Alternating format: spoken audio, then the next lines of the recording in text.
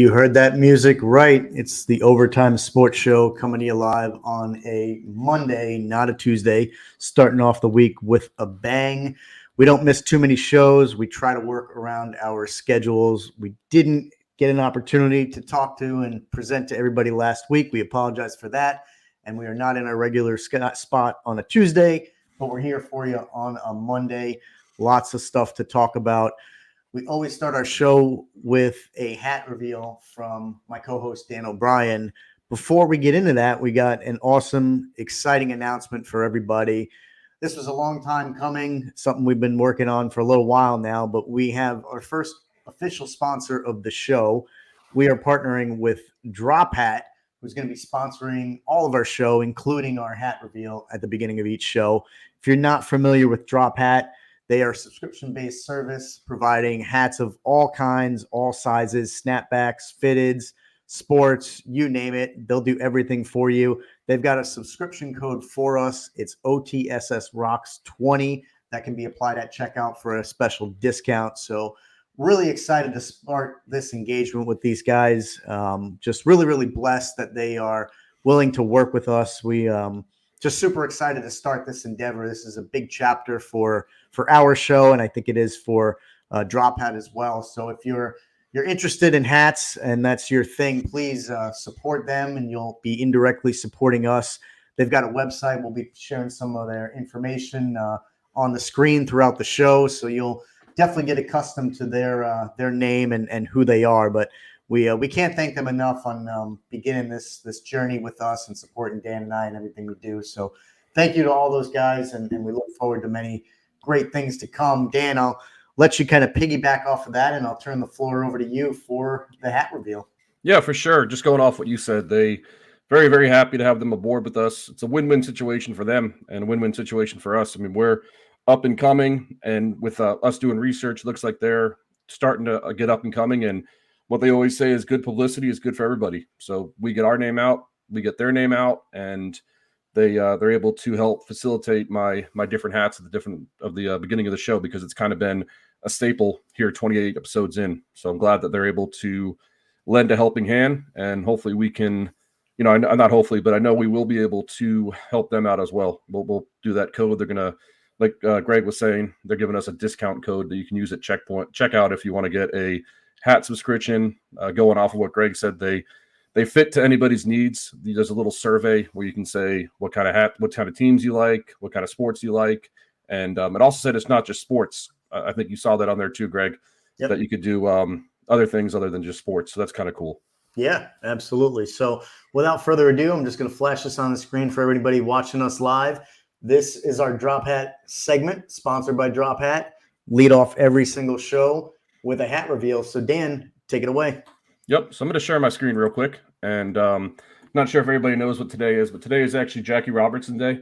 It's April 15th every single year. And it came into fruition in 2004 by Baseball Commissioner Bud Selig. And just to give a background, I'm sure a lot of sports fans know who Jackie Robertson is, but he's actually was a trendsetter. He was the first African-American to make his major league debut for the Brooklyn Dodgers in April 15th, 1947. So cool thing about him is on April 15th every year, every single baseball team wears the number 42, and it's retired in every single stadium.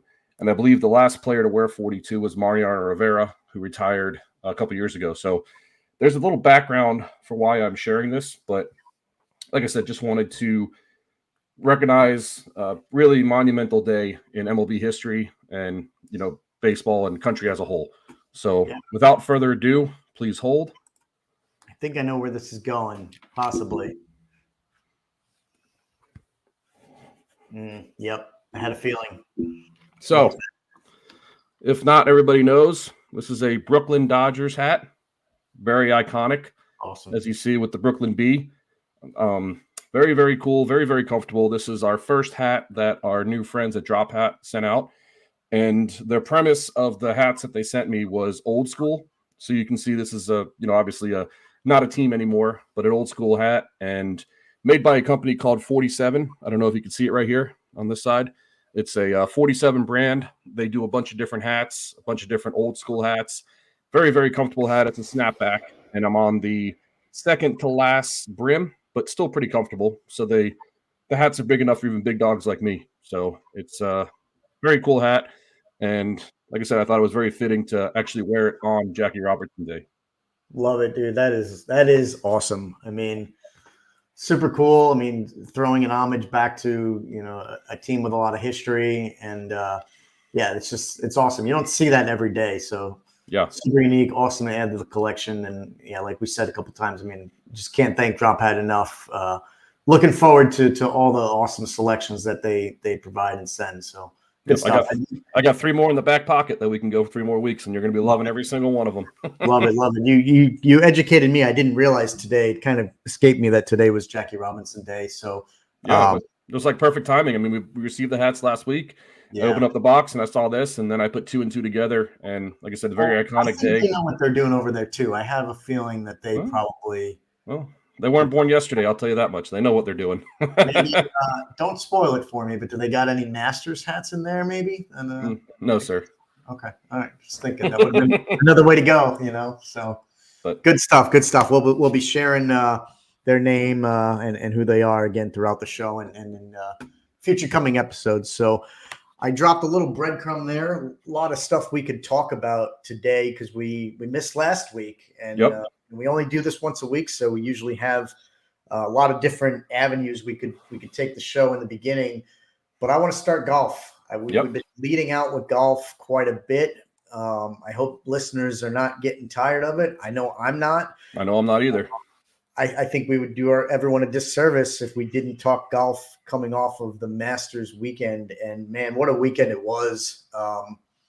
Kind of, to me, jaw-dropping, I guess, is maybe a good way to put it, because maybe we shouldn't be surprised, but I kind of am.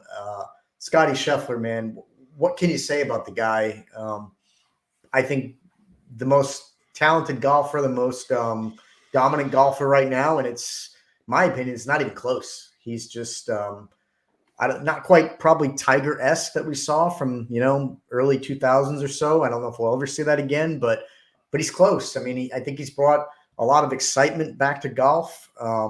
He's winning, consecutive tournaments now. He's playing against the best of the best. The live guys. Everybody was excited to see how it was going to shape out when you bring the best from guys who defected to live and now putting them back up against the guys who stayed with the PGA Tour. I think there's a lot of people who thought, maybe somebody like Rahm or Koepka. I picked Koepka to possibly win it all. But it's who else but Scotty, the guy who's just been taking golf by storm for the last couple of months. So maybe we shouldn't be surprised, but I gotta, I'm impressed, and I think we all have to tip our cap to what we're witnessing. The guy's a special talent, and it doesn't look like he's going to let go of his grip of being ranked world number 1 anytime soon. Yeah, definitely. I mean, you can look at his last 4 events. Arnold Palmer won, Players won back-to-back, tied for second at the Valero, and then Masters this past week, yesterday. I mean, he's just something else. I mean, he's Tiger-ish. I mean, nobody was Tiger. I mean, I was listening to Pardon My Take today on my ride home from work, and at 27, Tiger had 6 majors, and Scotty's only have 2. So, I mean, to compare him to Tiger is something crazy, but I mean, he's almost automatic. I mean, if he doesn't lose if he doesn't lose 2 weeks ago, he's looking at 4 straight wins, which is unheard of. I mean, that's ridiculous. And just the way that he was playing. I mean, I was very fortunate to watch a lot of the Masters this weekend. So Thursday, opened up. It was pretty good weather. Friday and Saturday, it was very, very gusty and very, very windy. And there was some good players. Max Homa was up there. Colin Morikawa was up there. Bryson DeChambeau was up there. And I want to say hole 9 or 10, Scotty fell 3 strokes behind. And then they went to the par 5 13 and ended up eagling it to get 2 more shots. And then parred 14, and then par 5 15, he got another birdie. So he was 3 under on the par 5s. And that's what really put him in the lead on Saturday. And that's what he just never looked back. I mean, there was a shot yesterday, I think on 9. I don't know if you saw it, but it was an approach shot. And he put it 5 feet from the hole for an easy tap and birdie. and then he got up by 4 strokes. He ended up winning by 4 strokes and just never looked back. So a cool thing that I saw today.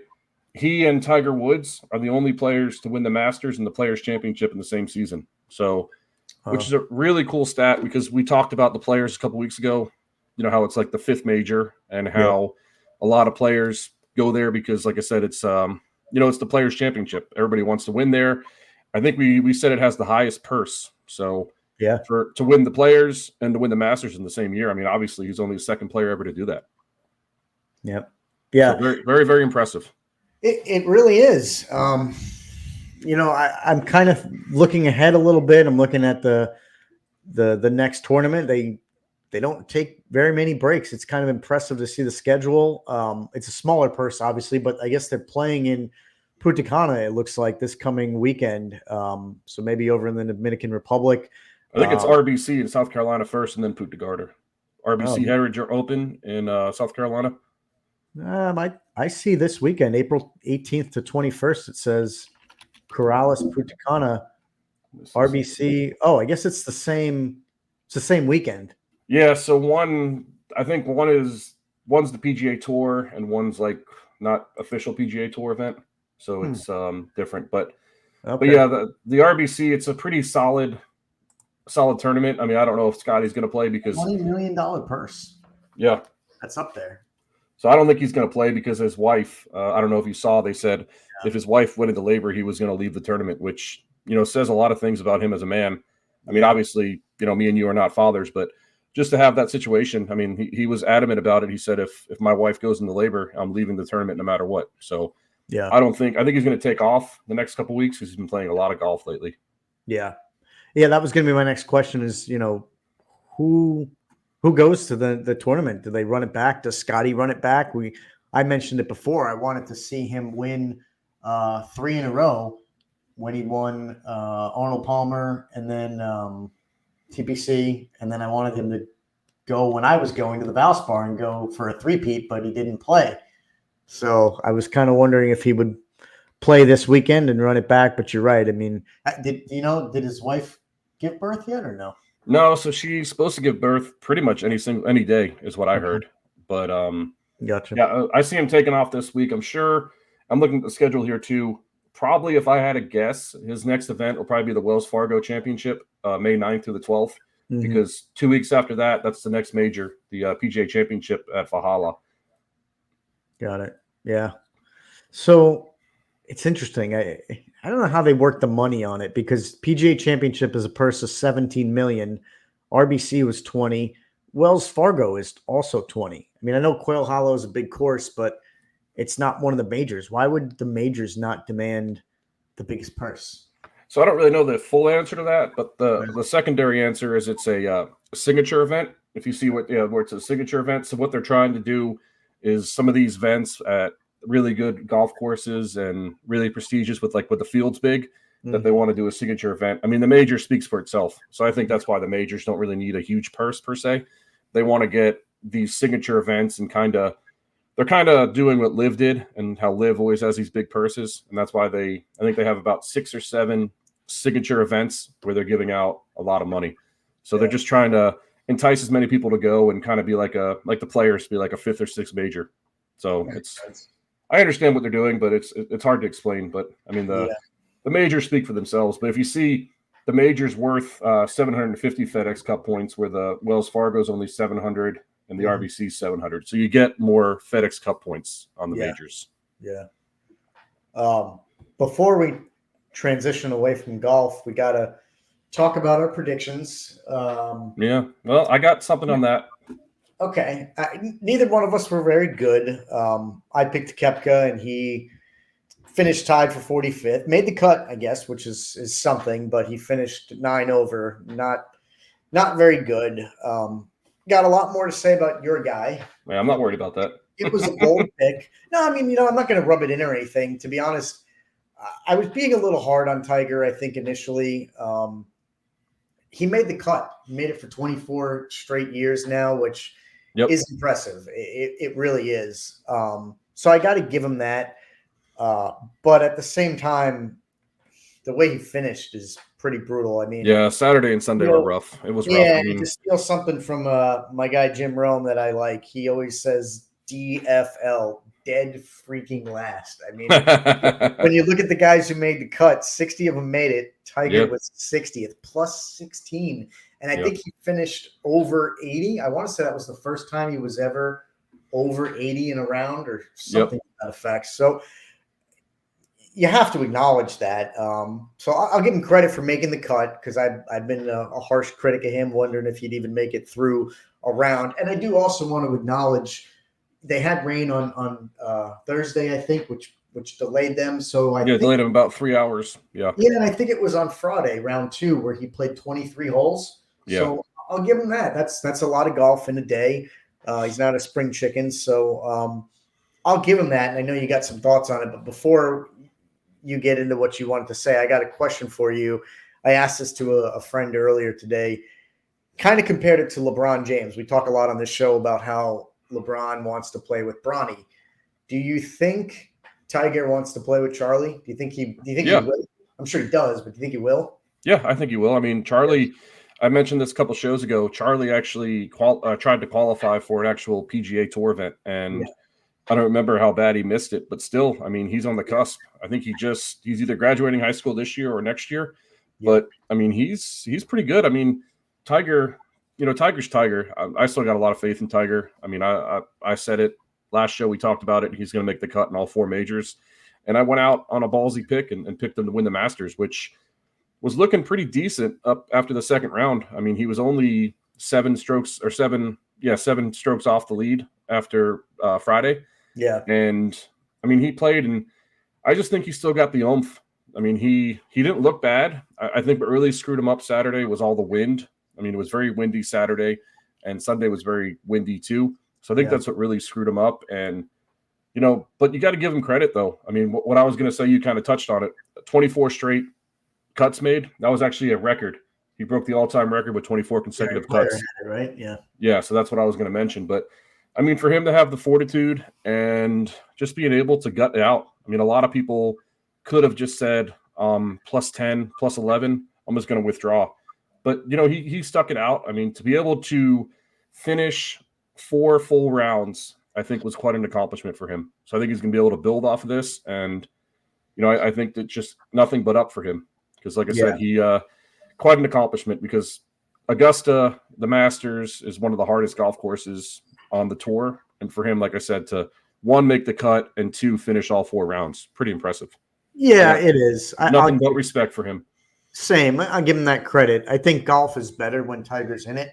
Yeah. The ratings went up too. I don't know if you saw that, but it was they said the ratings went up by like 20 or 30% on Thursday and Friday, and then 25, 30% on the weekend because he was there.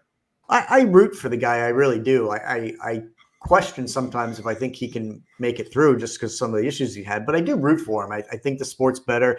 It's fun watching him compete. I think of, myself, I'm a naturally competitive guy. I'm not playing too many sports these days, but as I get older myself, I look at some of these younger guys and I'm like, damn, like I don't want to put my pride aside. I want to think that I can still beat these guys, So I'm sure Tiger thinks the same. Yeah, I think he thinks the same thing. So I actually root for the guy.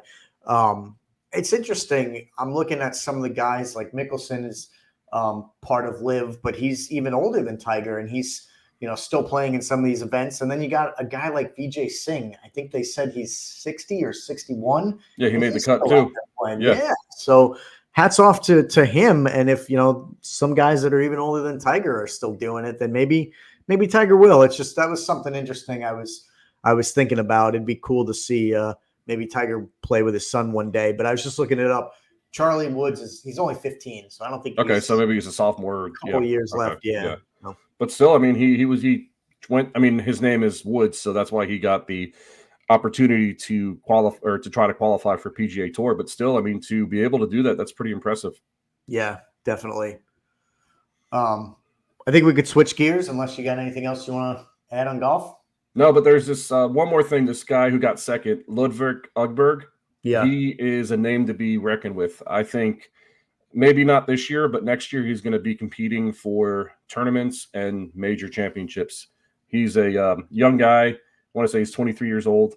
can drive the ball very well. He's got really good iron play, and I think he's going to be a name to watch for. Yeah, that's interesting. I had not heard of him at all. It was his first major ever, first ever, obviously Augusta, but first major in Yeah. general, and he finished second by himself, which is a pretty cool accomplishment. Right. And as I'm looking at the leaderboard and the finishes, I've got everybody up here who made the cut, but also the guys who did not make the cut. So I guess everybody who qualified and participated. And I mean, we know golf is pretty heavily dominated by Americans, but there's some Europeans obviously on the tour, and some other countries are represented. But I'm looking at the flags, and I don't see another Swedish player that was in the Masters this weekend. And Yep, I know he's the there's a only lot of guys Swedish. who didn't qualify, but I don't see another single one. Yep. So it's interesting. Maybe golf is starting to pick up there a little bit, and maybe they'll get some more representation. But it's nice to see some other countries. I'm looking at Germany, I think, is another one.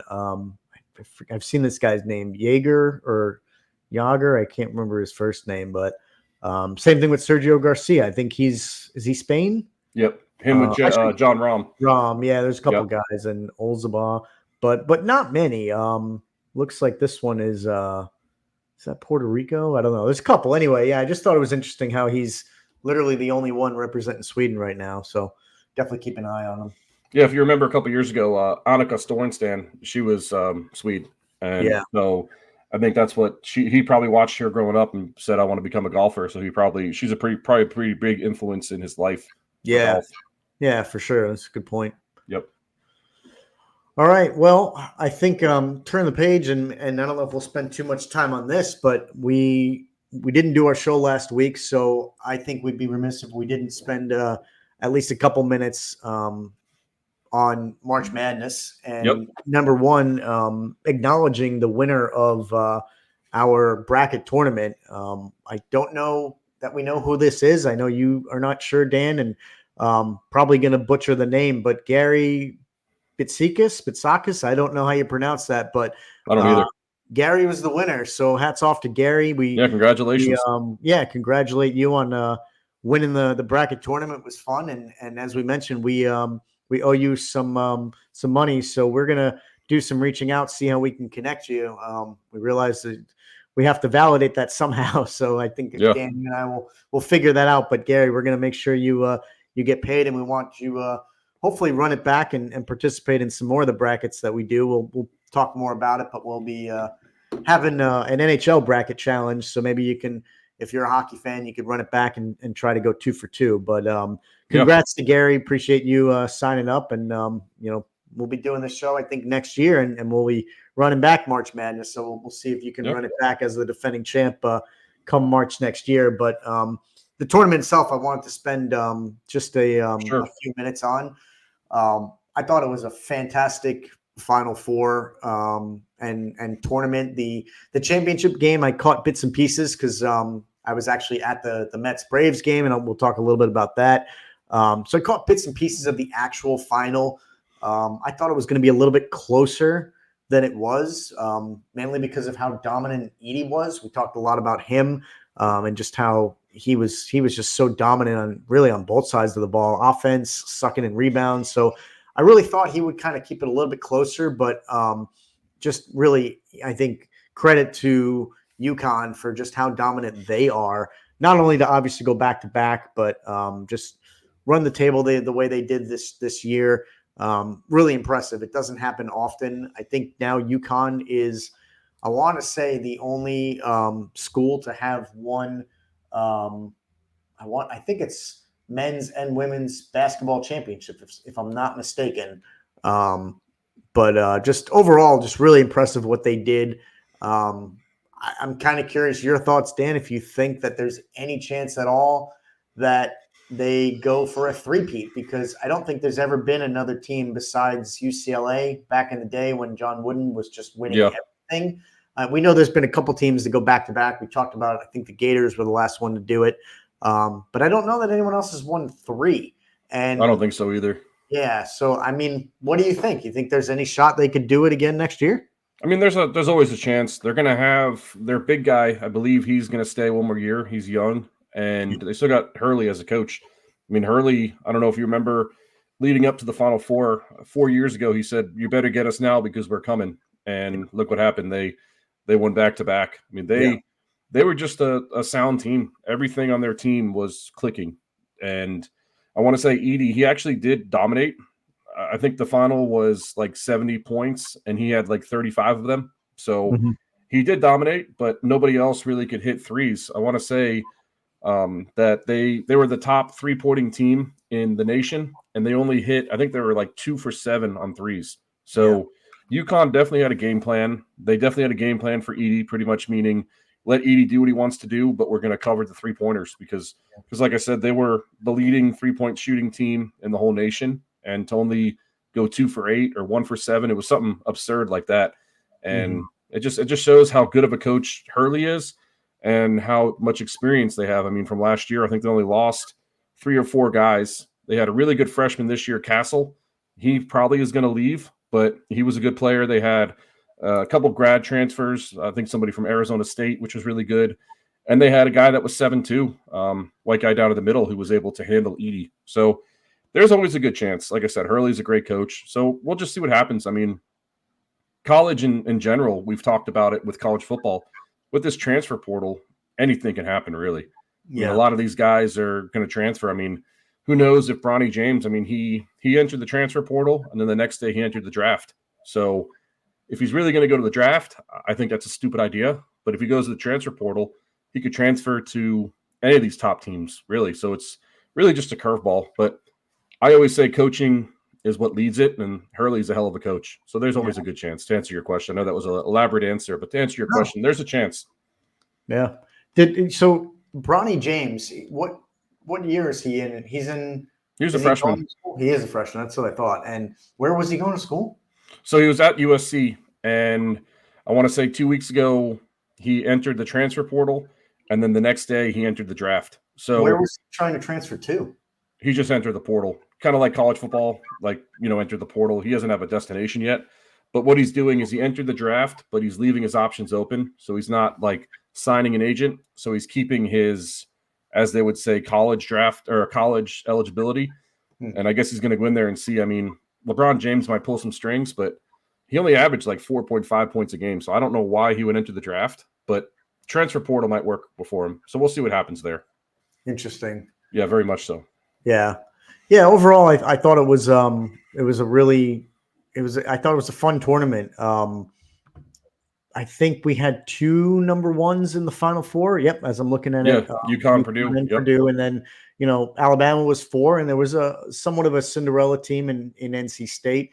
But there were a couple good teams, and they went sort of the distance. We had 2 number ones in the finals, so. I thought it was exciting, and this is probably the most I've paid attention to college basketball. I usually will fill out a bracket and just hope for the best, just because I'm a sports fan. But doing this show has made me pay more attention to it, and I look forward to actually getting even deeper into it next year. A couple of years ago, I never thought I would hear myself say that, because I've not been the biggest basketball fan, and especially college basketball. Part of me still thinks that there's just too many teams. It's a little bit too hard to keep up with sometimes and know all the players and the coaches. But when this tournament comes around each year, it is fun, and I don't think it disappointed this year. Oh, definitely not. I mean, it's always going to have the Cinderellas. It's always going to have the upsets. I mean, like you said, NC State. I mean, I mentioned it last show. They had to win, I think, 6 or 7 straight to even make the tournament, and then as an 11 seed, they had to make some upsets, and to get all the way to the Final Four, that was quite an accomplishment. Yeah, it was. So it's just very exciting. It's a lot of people just enjoy it because a lot of these young teams, a lot of these no-name teams come out of the woodworks, and they America falls in love with them. I mean, look at our UMBC boys. I mean, we're still loving on them a couple of years back. So that's true. Yeah, UMBC boys. Leaves a lasting memory. Legacy never to be forgotten. Yeah, UMBC boys. UMBC, the Golden Retrievers, right? Yes, sir. We had ourselves a nice little chant. Oh yeah. Yes, sir. Good stuff. Great stuff. So that's just the love of college basketball, March Madness, man. Yeah. We're at the halfway point. You want to squeeze in a little UFC, or are you thirsty? No, I mean I'm always thirsty, but I'm always down for UFC, man. I don't know if you want to hang it out, or I got Let's some pretty good thoughts on it. Yeah, let's squeeze in UFC. I don't have a ton of thoughts, just a couple things, and then maybe we'll take a break. I caught a couple of the fights, and I had some action on the fights, just a couple bets for fun. I know I was barking your ear off late Yep. Saturday. I was upset. I was watching a couple of the fights that I had money on, and one of them was the Oliveira fight, Yep. and it was back and forth. Went to decision, which I mean, decisions usually the fight's pretty even at that point. Yep. Because nobody wins by knockout or anything like that. So I knew it was a bit of a toss up. Oliveira had been cut. He was bleeding a little bit. I don't know exactly where the cut was. I think it was on his eye or nose or something. So that's never a good thing.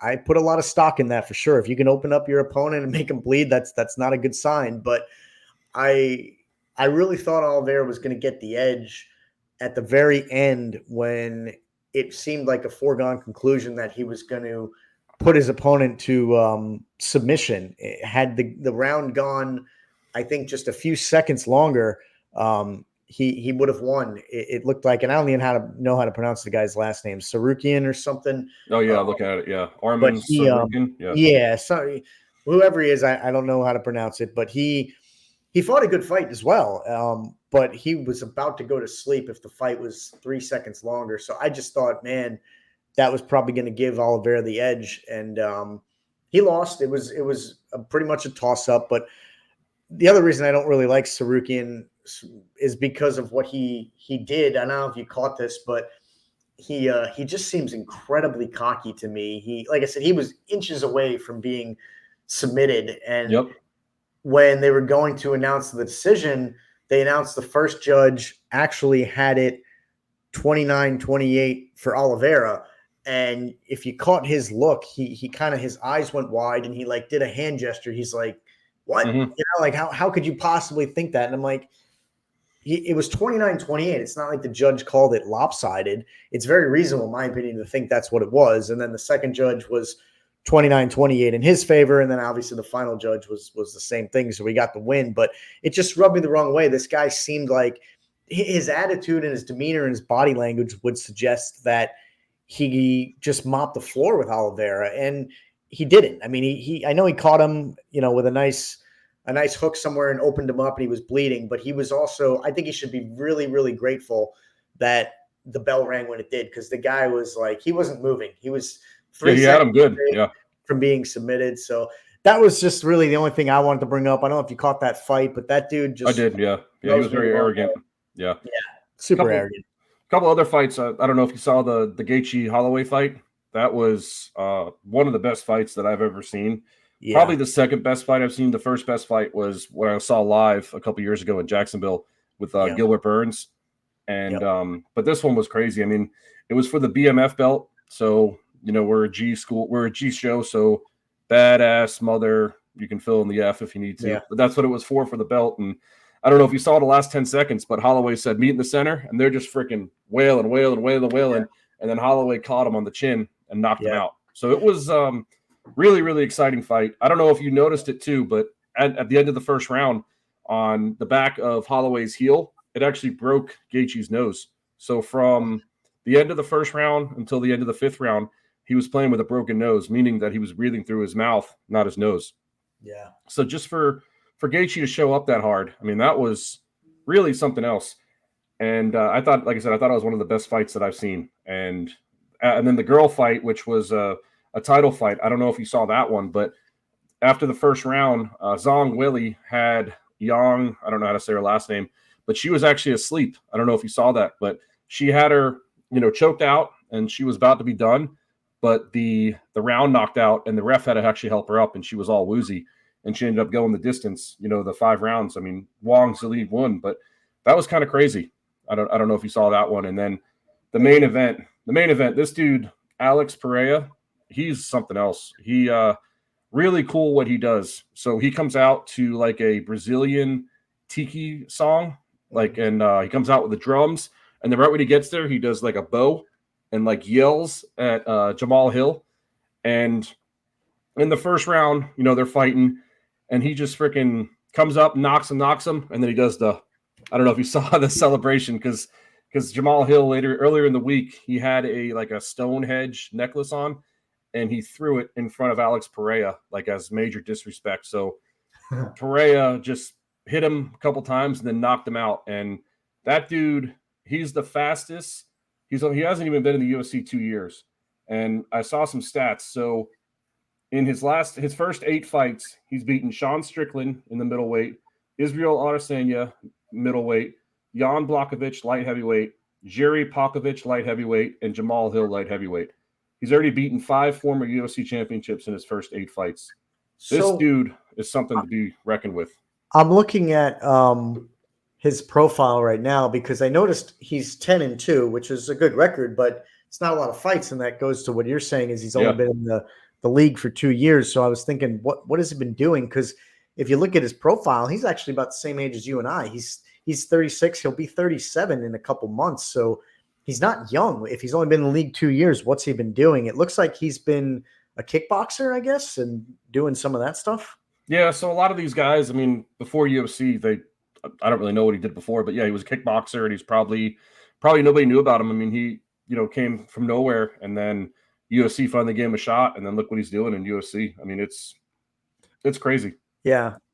I'm always interested in when a guy is 10-2 or 20-2 or whatever it is. I'm always interested in knowing who did they lose to if they only have a couple losses. And it looks like he lost to Adesanya, and that's what I was going to say. Yeah. So he beat Adesanya in November of 2022, and then a few months later he fought him and lost to him. So I'm kind of surprised that I guess they didn't have a tiebreaker, if you will. Maybe that's coming up in the future. Who knows? Well, he moved up. He moved up in weight class because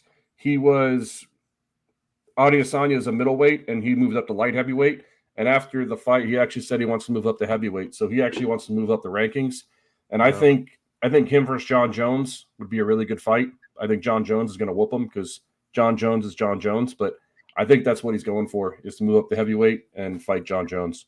Yeah. His only other loss, I'm looking at it now, was back in 2015. He's only had, like you said, he had one fight in 2015.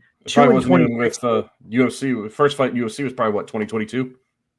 Where do you? Oh yeah, you're right. I didn't even notice that. It was JF Jungle Fight, whatever the hell that is. Yeah, I don't know. Yeah, his first UFC fight was 2021. It was when Usman and Covington fought. Yep. But yeah, so you're right, and it was a submission back in 2015. So who knows if that even really counts? Yeah, but he's a stud. Watching him, this is like my first fight able to really concentrate and watch him. He's a stud, man. He's a force to be reckoned with. Yeah. So, what do you think? That this was obviously UFC 300. It was a kind of a big spectacle and a big deal. The next one, 301, do they have a date for that? Do you know if there's going to be any good fights for that one? Yeah, so 301 is going to be Petulia versus Eckerd. I'm not 100% on these guys. But actually, Conor McGregor, I don't know if you saw that. He's actually going to fight. Really? Yeah, 303, I believe. He's going to fight Chandler. Okay. Yeah, 303. Okay. Yeah, so that was pretty cool. So he's going to make his comeback. When's the last time he's fought? He fought 2 years ago, and he broke his leg against Dustin Poirier. He snapped his leg. Yeah, that was brutal. I forgot. Was that 2 years ago? Yeah, he snapped his leg. So that was his last time fighting. But we'll see. He's now an actor with the Roadhouse show or movie, and we'll see what he does. But it's going to get a lot of people. A lot of fans because everybody likes Conor. Yeah, right. Exactly. He's, he hasn't been as dominant in his sport as a guy like Tiger Woods, but to me, it's kind of the same thing. Or yeah, it might be UFC might be better when McGregor's fighting because he's just such a household name. He's a personality, and he was really, really good for a long time. So. Yeah, interested to see what he does when he comes back. Yep. So running a little late. You want to drink some beers? Yeah. Well, let's take a short break. When we come back, we'll do our beer segment. We want to remind everybody that our show and even our beer segment is sponsored by Drop Hats. So check them out, give them a look, and make sure you support them. And yep, we'll be definitely. Back in a few.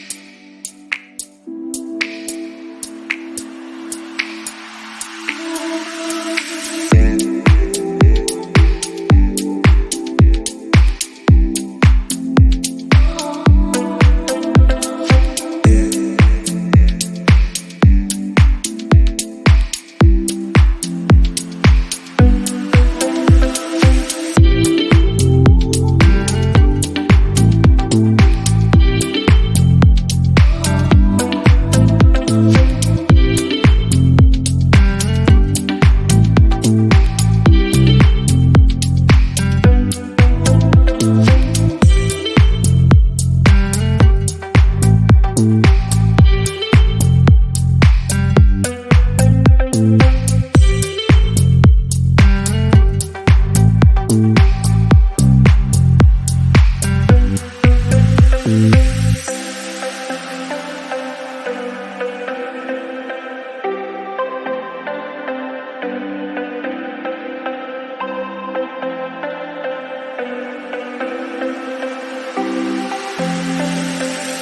buddy. Yes, sir. Yes, sir. That song hits hard every single time. Every time. So, our beer review that we do every single week around this time. Pretty sure you went first 2 weeks ago, Dan. Yes, I so did. I'm gonna take the honors here. Bring out my glass that I'm proudly, happily, not so happily retiring after today. As Well, I just need you to break it after tonight because I don't need you guys winning tonight, if you know what I mean. yeah, last I checked, it's 3-1. So I retired my Giants glass, I think in January or February when the season was over. I'm retiring the Devils glass. It hasn't been a great last 5-6 months for me as a sports fan. I think I have to get a Mets glass now, and we'll see how long that lasts me. Yeah. So got a pretty interesting beer here. Gonna hold it up to the camera and show you. This one's called Teas in the Trap. Oh, I love that brewery. That's a great brewery. Heard of it? Okay, good. This is the second time you've got a beer from them. Yeah, I hadn't. It didn't ring a bell with me in register, but You got some like specialty beer. I think it was in Chris was on. I think you're right. I think you're right. This one stood out to me because of, it's, if you look at the can art, it's got the golf ball, it's got the tee on there, it's got the flag. I mean, so all things golf appeal to me right now. But it's the can art. That's what got me. Oh, hell yeah! It says black tea and lemonade, and it's an black tea and lemonade inspired sour ale. So this show and doing these reviews has gotten me to like sour beers a little bit more. Hell yeah! They are obviously based out of Tampa here, so they're pretty close to home. Hidden Springs Ale Works, and I'm looking for the alcohol content. And it's weird how some beers, you would think they'd be legally required to put it on the can, and I'm assuming I'm sure it's on there somewhere, but yeah, sometimes they're hard to find. I mean, it's not. I'm not going to spend a long time looking for it, but it's up. You're right. It is 5.5%. It's there you go. About as small as you could get it. So, but yeah, I'm expecting this one to be pretty good. Black tea and lemonade inspired sour sounds pretty good. Hell yeah. When I get my Mets glass, I got to get a glass that's bigger because I don't think this beer is going to fit in this glass, but we'll get as much as we can. That's a pretty good pour. Maybe it will. Oh, look at that. There you go. What color is it? So I'm going to hold it up. It's I see it. It's a deep golden color. It's got a little bit of an orange tint to it, but very, very golden right now. Not a whole lot of head on this one, but it definitely smells sour. Let me give it a taste. Mm-hmm.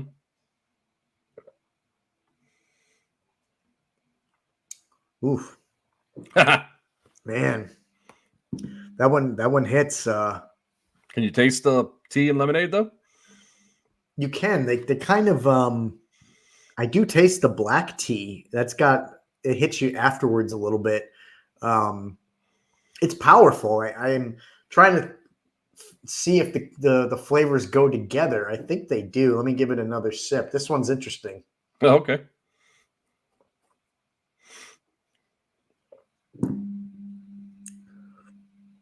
It's really refreshing. This would be a great summer beer where, it's already getting hot here. We're not quite in summer. But this would be an awesome beer outside on a hot day.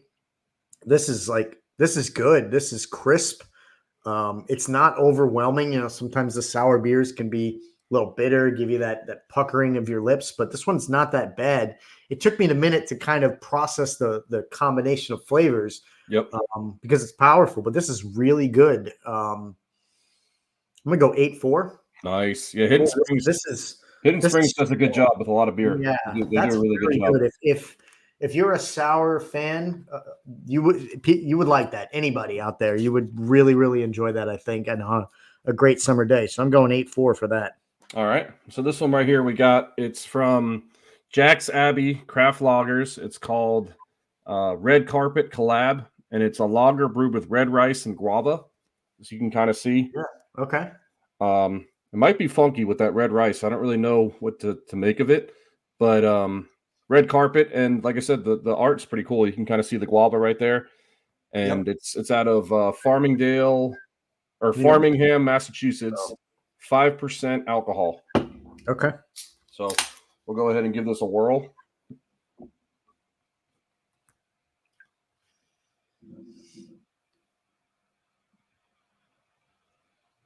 I don't know that I've had many guava type beers with that flavor in it. So you got to give me a I'll tell you rundown. what, It's that good. guava is very, very strong. I can already smell it. Really? Wow, look at that. Look at that Looks pour. like a pretty deep, dark color. Yeah, look at that pour. Little haze to it. A little bit of Yep. haze. So you can definitely smell the guava off the rip.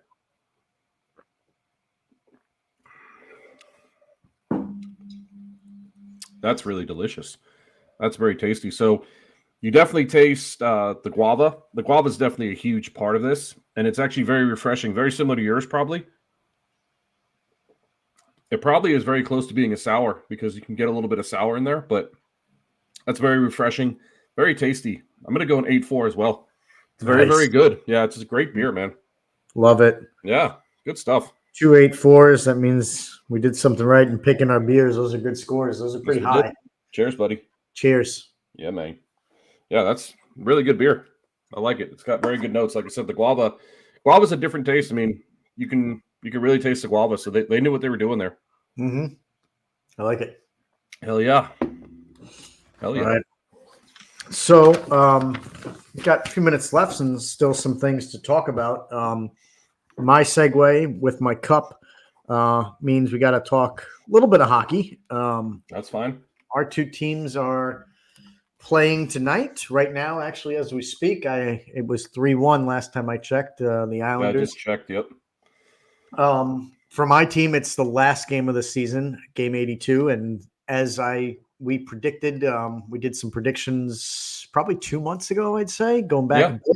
A bit. I predicted the Devils, would miss the playoffs, and that is true. That happened. So I'm disappointed. Don't run down all the things that went wrong this year. Too long of a list. A lot of work for them to do in the offseason. Have to start, I think, with finding a coach. Probably have to start with a goalie, although I've been really, really impressed with Jake Allen. I didn't think he was going to do much when we signed him, but that guy has played his heart out in the short amount of time. So I think he should get a shot at it, but it sounds like we'll probably bring someone else in. But got to go after a defender, a couple complimenting players for Jack, who's already had season-ending surgery, and hopefully he'll come back healthy again next year. But disappointing end of the season for my guys. You, on the other hand, I think even without a win night, we talked about it, but nobody seems to want the last spot in the Metro or even the last spot in the wild card in the Eastern Conference. So I think even you guys are probably going to win tonight, but even without the win, it looked like you did just enough to get in and grab, the last spot in the Metro or maybe the wild card. So I'm happy for you. You want to be playing your best hockey when you go into the playoffs. And I don't know, just being honest, maybe you agree or don't, I don't know, but I don't think you guys are playing your best hockey, but you're going to get in. So I'd rather be in than out, so I would be happy if I was you. I'm happy for you. Yeah. Definitely think you guys got work to do. We've talked about it on the show. You guys have a ton of overtime losses, but you took those games to overtime and got a point when you needed to. My team didn't. So Yeah. I think you guys have a shot. We'll see what Patrick Waugh does for you guys. I think he's got a pretty solid record so far, 18-12, I think, since he took over. Yeah, 2 6-game win streaks in there too. Yeah, right. Yeah, so yeah. a little streaky, but you guys have proven that you can play somewhat consistent hockey for some stretches, and that's what the playoffs takes. So I'm happy for you. Disappointed for my team. I'm gonna get on the Lightning train a little bit here. I support the local team now. They'll be in the playoffs too, and I'll be rooting for you, obviously, as a friend and co-host of the show. So That's all I got right now. We can get into some predictions and stuff. It looks like the damn Rangers are gonna probably take the The President's Presidents. Trophy, which just sucks. They've had a really strong season. They've been in the top of the league pretty much all year, kind of going back and forth with a couple other teams, but last several years they've had a solid squad, and it was just short of winning the Stanley Cup, which didn't happen last year. The next best thing is knocking out the Rangers like we did. So I am just praying that whoever the Rangers play, I don't think it's going to be you guys because you probably get the Metro spot and not a wild card. But Yep. I'm really hoping somebody knocks the Rangers out in the first round again. That would be awesome. Yeah, we 2 weeks ago on the show, I told we talked about hockey, and I was saying how the Islanders went on a 6-game losing streak or a 6-game winning streak, and then they went. I think they were like 1-5, and I said, it's put up or shut up. And 2 weeks ago, they started that 6-game win streak, did what they needed to do. Really started playing well. Bo Horvath's been playing really well. Barzal's been playing really well. Andres Lee's been playing really well. Brock Nelson's been playing really well. So I was able to watch a lot of that game on Saturday, and that was a playoff atmosphere. I mean, we took them to overtime. We took them to a shootout. I mean, we can ride Sorokin. I mean, you know how NHL hockey goes. If you ride a hot goalie, you can go far. So I kind of was hoping that we would play the Rangers just because, rivalry, kind of like you guys last year. Same city rivalry, really close, but it's going to be interesting with Carolina. I mean, anything happens in the playoffs. Look what happened last year with the Panthers. So I'm happy with our boys. I mean, we're up 3-1 tonight, and like I said, we're playing pretty solid. I mean, it always goes back to our power play and our power play kill. It's not there, but it can be there. And like I said, we can ride a hot goalie in Sorokin, which he's capable of doing that. And then if Sorokin's off, we could bring in Varlamov, and he's a really solid backup. So I'm pretty stoked to watch my boys in the playoffs. I think anything can happen. And, I'm glad that we are not going to get that wild card because we talked about it. Nobody wants to face the Bruins or the Rangers in that first round. I mean, they're just too good of a team. So I'm glad that we pretty much dodged that bullet per se. So I'm glad that happened. Yeah. So you guys, if you get the last spot in the Metro, if the Rangers win tonight, which I think they are, they lock up the President's Trophy and also the first spot in the Metro. It's crazy that the Hurricanes are only 1 point behind them. If the Hurricanes win their final game, they will finish the season with the second best record in the league for the second year in a row. Because last year it was Boston, Carolina, and then the Devils were third. Yep. So Carolina, 2 years in a row, could finish with the second best record in the league. And didn't you guys play them in the first round last year? Yeah, they did. I think they beat us, and then the Panthers beat them. Yeah. Right. No, well then the Panthers beat them in the conference finals because Carolina beat us in the second round. Yeah. So they're a hard team, man. They got our number. They have our number. They might have your number, and they might have the league's number. I think they're very dangerous. If you look at them, definitely. They've won 5 in a row right now, so they are playing good hockey going into the stretch.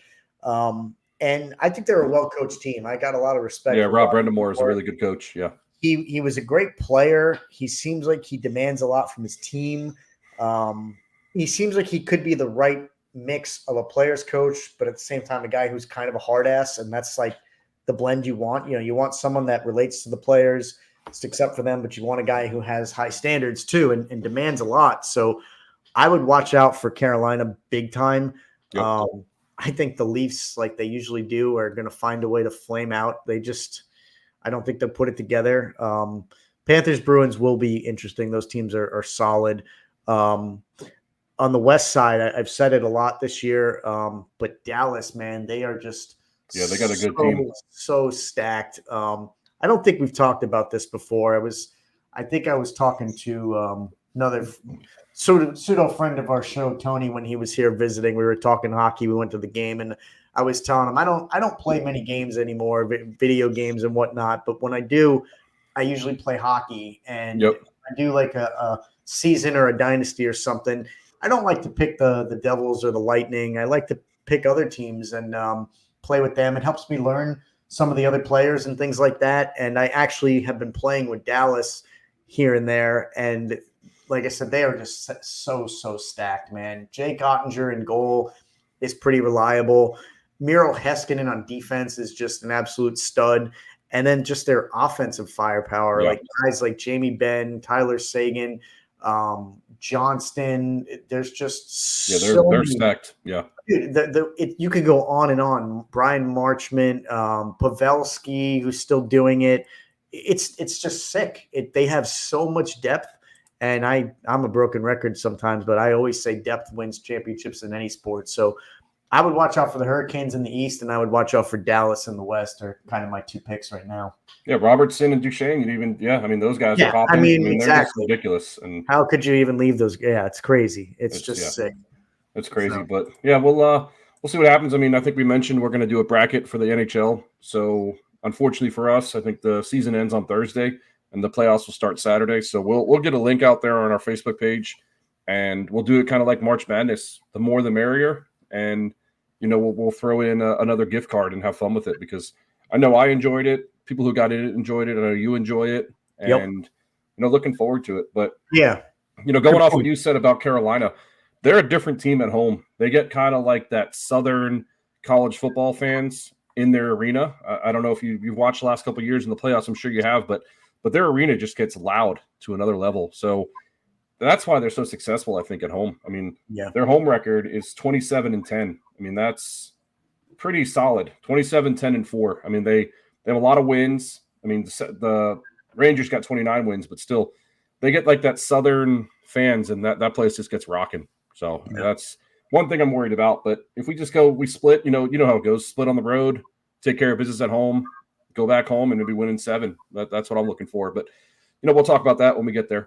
Yeah, absolutely. I'm glad you called it out. We definitely are going to do a bracket. We will. It'll most likely be through the actual NHL app. They have their bracket challenge, and we want Gary. We talked about it earlier. Yeah. We won the NCAA bracket. So if you're a hockey fan, get in the pool with us, Gary. Make sure you pay attention to our Facebook page. Once the playoffs and the seedings are announced, we'll shoot that bad boy out there with the invitation for anybody to join. So there'll be another gift card and money on the line, and we'll make it fun. So yeah, definitely. We didn't even touch baseball yet. I wanted to get to my experience at the game I went to, but we could potentially save that for another show. You want to talk a little basketball since the season's over? I feel like we need to acknowledge it. Yeah, I want to share something real quick, a little clip. And I want everybody to see the timestamp. This is October 31st, 2023. And I want everybody. Look at those young guys on the screen. Oh, man, we're still looking, styling and profiling. So I want everybody just to go ahead and listen to this short little 30-second clip. We'll start it right here. And here we go. They've been playing together for a while. Either one of them are always missing at least half the season. So there's another old team that's leaving. But up-and-coming team that I'm going to call this year is going to be the Oklahoma City Thunder. They're going to be coming up big. And actually, the Orlando Magic are going to be coming up big. They both got very young talent. They've both been playing very good together.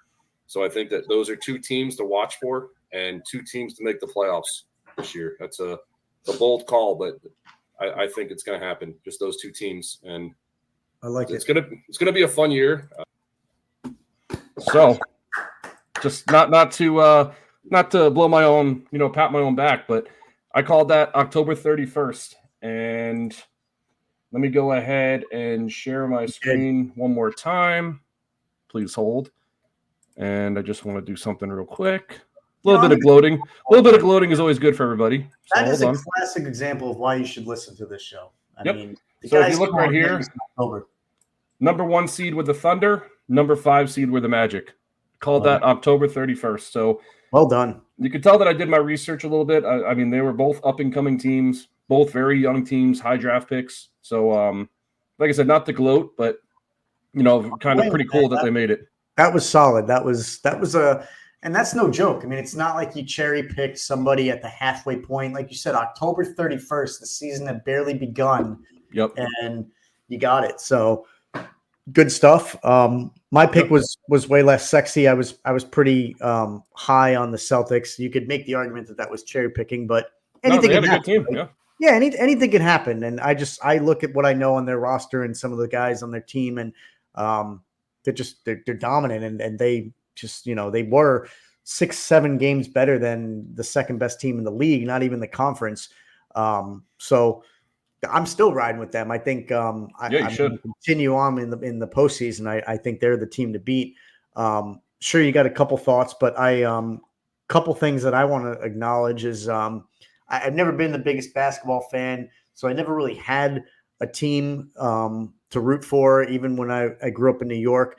But I feel for Knicks fans, being a Mets fan myself, Oh yeah. just starving for any kind of positivity with your team. Just making the postseason seems like such a moral victory and triumph. So I want to acknowledge the Knicks finishing second Yep. in the conference.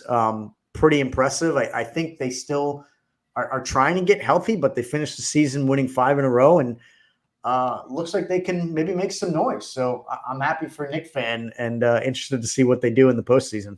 Yeah, it's. I mean, I'm a Knicks fan. I think I've told you before. I like to follow the Knicks. I'm a pretty much New York sports. But a crazy stat going off the Celtics. They were 64-18, number 1 seed. Knicks were 50-32, so they were 14 games behind first place. So it just really speaks to how good the Celtics are.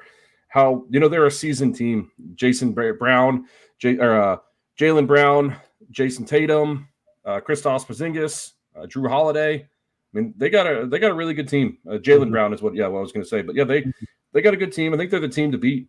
I mean, they hands down are a really good team. But not to put you on the start real quick, but we have the play-in tournaments like we talked about a couple weeks ago. Do you know the matchups? I was looking at it, so I Okay. saw the Lakers are in it against Pelicans and Warriors Kings. So I don't have a feel for it. I really don't. I wanted Okay. your thoughts on who Sure. you thought was going to win.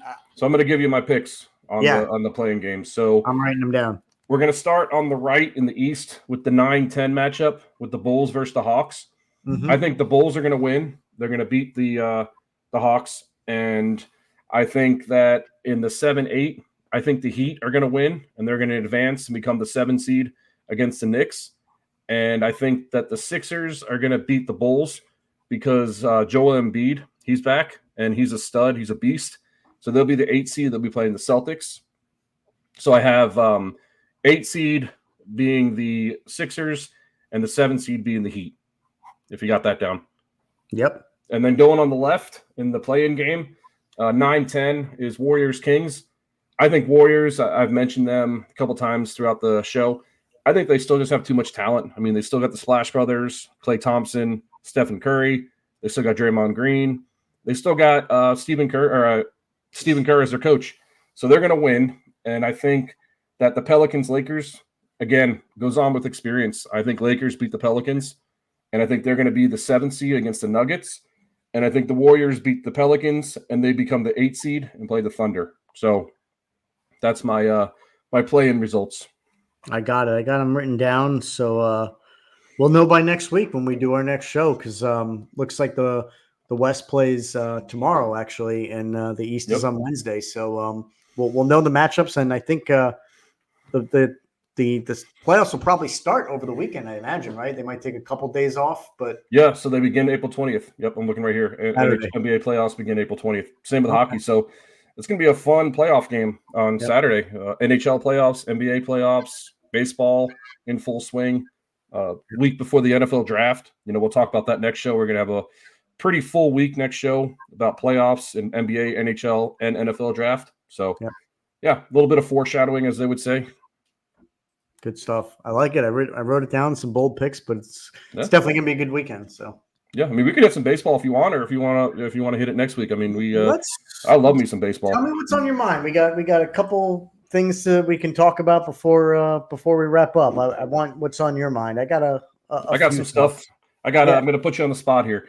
I want you to give me 2 teams that have surprised you and 2 teams that have overachieved, not thinking that they'd be good and they're good, or thinking that they'll be good and they're bad, if that makes sense. So pretty much 4 teams. I mean, take it however you want to do it. 2 teams overachieving, underachieving. Take it however you want. I just figured we could talk about that.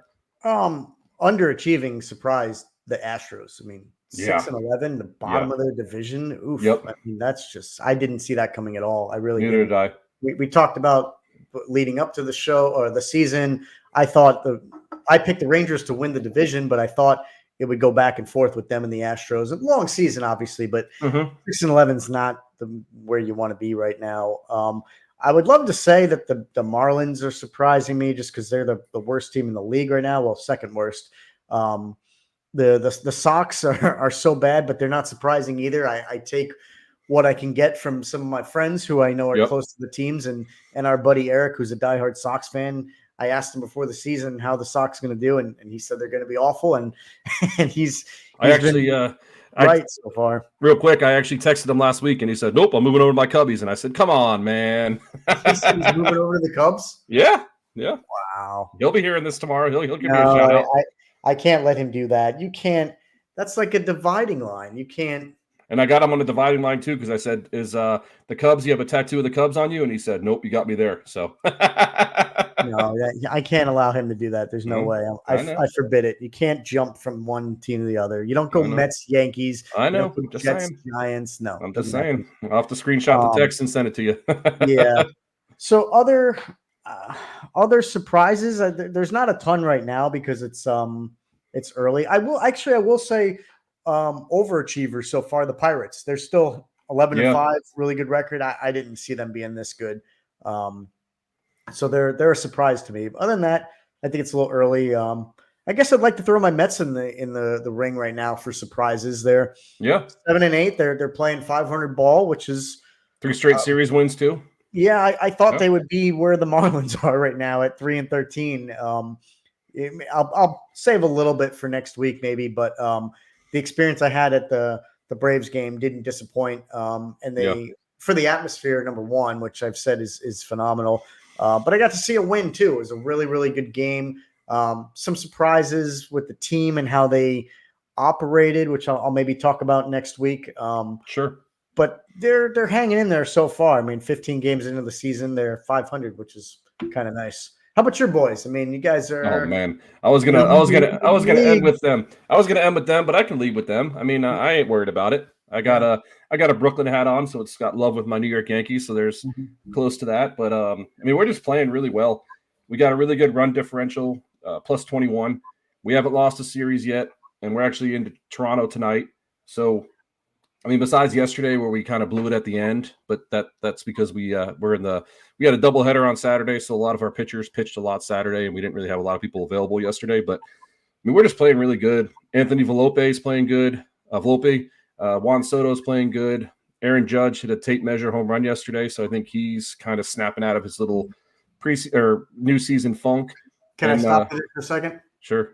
So my buddy Jack, who you've met a few times now, you guys have a lot in common. You're Islanders fans, you're Yankees fans. Yeah. And you know that with his name being Jack, every time that Jack Hughes scores a goal, doesn't matter who they're playing, I always send him the text, Jackie boy, and just kind of a little play on the words in his name there. Well, he had to give it back to me. And anytime Aaron Judge hits a home run, he sends me, all rise, here comes the Judge. I love it. I'm starting to get those texts now, and I just it's coming. I'll start sending you those too. I look at too. it and I smile, and I think, hey, good for him. Judge hit a homer. So, and actually, a little going off of that note, I don't know if you saw it, but longtime broadcaster John Sterling announced his retirement this evening. So he's effective immediately. He's retiring. They're going to do a ceremony on Saturday at Yankee Stadium.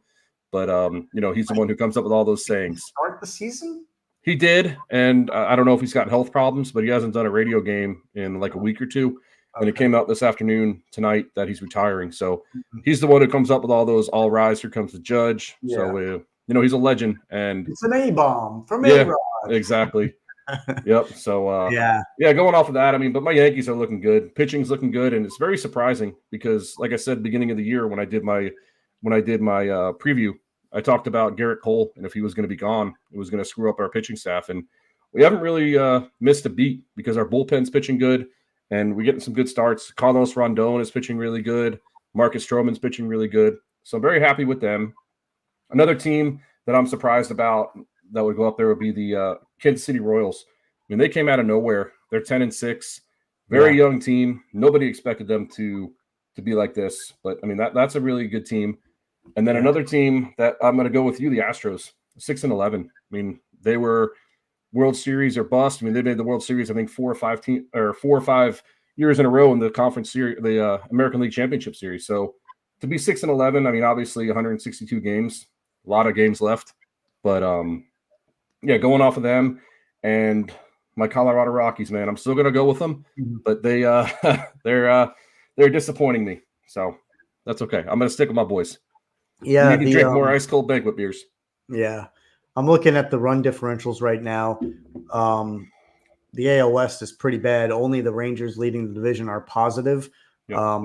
Conversely, the NL Central, every team is positive except the Cardinals, who are Yep. only -9. So that division is really, really solid right now.